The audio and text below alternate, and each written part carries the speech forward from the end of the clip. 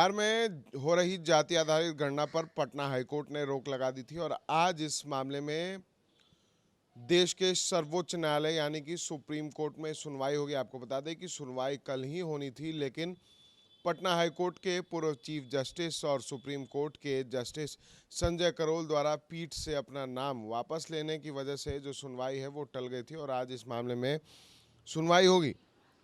आपको बता दें, बिहार में 2 चरणों में करवाए जा रहे जाति आधारित गणना पर पटना हाईकोर्ट ने 3 जुलाई तक रोक लगा दी है, जिसके बाद राज्य सरकार ने याचिका दायर कर जल्द सुनवाई की मांग की थी, लेकिन पटना हाईकोर्ट ने इस मांग को ठुकरा दिया, जिसके बाद राज्य सरकार सुप्रीम कोर्ट पहुंच गई और इस मामले में कल सुनवाई होनी थी, लेकिन एक जज का खुद इस पीठ से नाम हटा लेने के बाद इस मामले में आज सुनवाई होगी।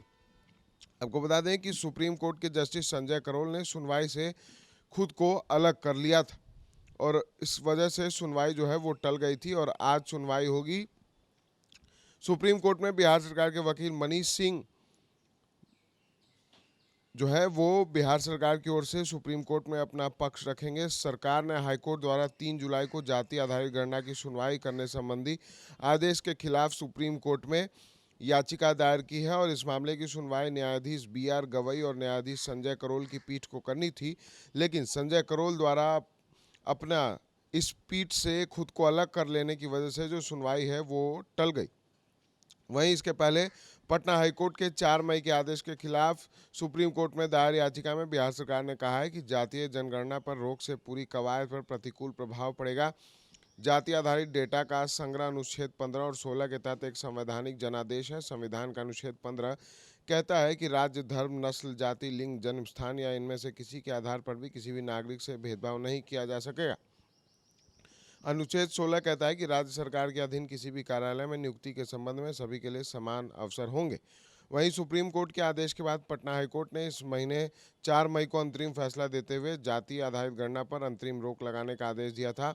हाईकोर्ट के फैसले से बिहार सरकार को बड़ा झटका लगा था और इसके बाद बिहार सरकार ने पटना हाईकोर्ट में याचिका दायर की थी, जिसे हाईकोर्ट ने खारिज कर दिया। इसके बाद बिहार सरकार ने इस आदेश को सुप्रीम कोर्ट में चुनौती दी है, लेकिन संजय करोल द्वारा खुद को इस मामले से अलग करने के बाद अब दूसरी पीठ के समक्ष तत्काल सुनवाई के लिए गुरुवार को सूचीबद्ध करने के आग्रह को पीठ ने स्वीकार कर लिया है। कहीं ना कहीं जो जाति आधारित गणना है उस पर जो सुनवाई है वो आज होगी। सुप्रीम कोर्ट में सुनवाई कल ही होनी थी, लेकिन किसी कारणवश सुनवाई टल गई और ये सुनवाई आज होगी और अब बिहार सरकार को ये पूरी उम्मीद है कि इस सुनवाई से उन्हें जल्द से जल्द राहत मिलेगी और पटना हाईकोर्ट ने जो इस जाति आधारित गणना पर रोक लगा दी है, तो कहीं ना कहीं जाति आधारित गणना को एक बार फिर से सुप्रीम कोर्ट के आदेश के बाद शुरू किया जा सकेगा। ये उम्मीद जताई है राज्य सरकार ने और अब सबों की नज़र है सुप्रीम कोर्ट के फैसले पर कि आखिर सुप्रीम कोर्ट पटना हाईकोर्ट के फैसले को यथावत बरकरार रखती है या फिर उस फैसले में कुछ संशोधन होता है।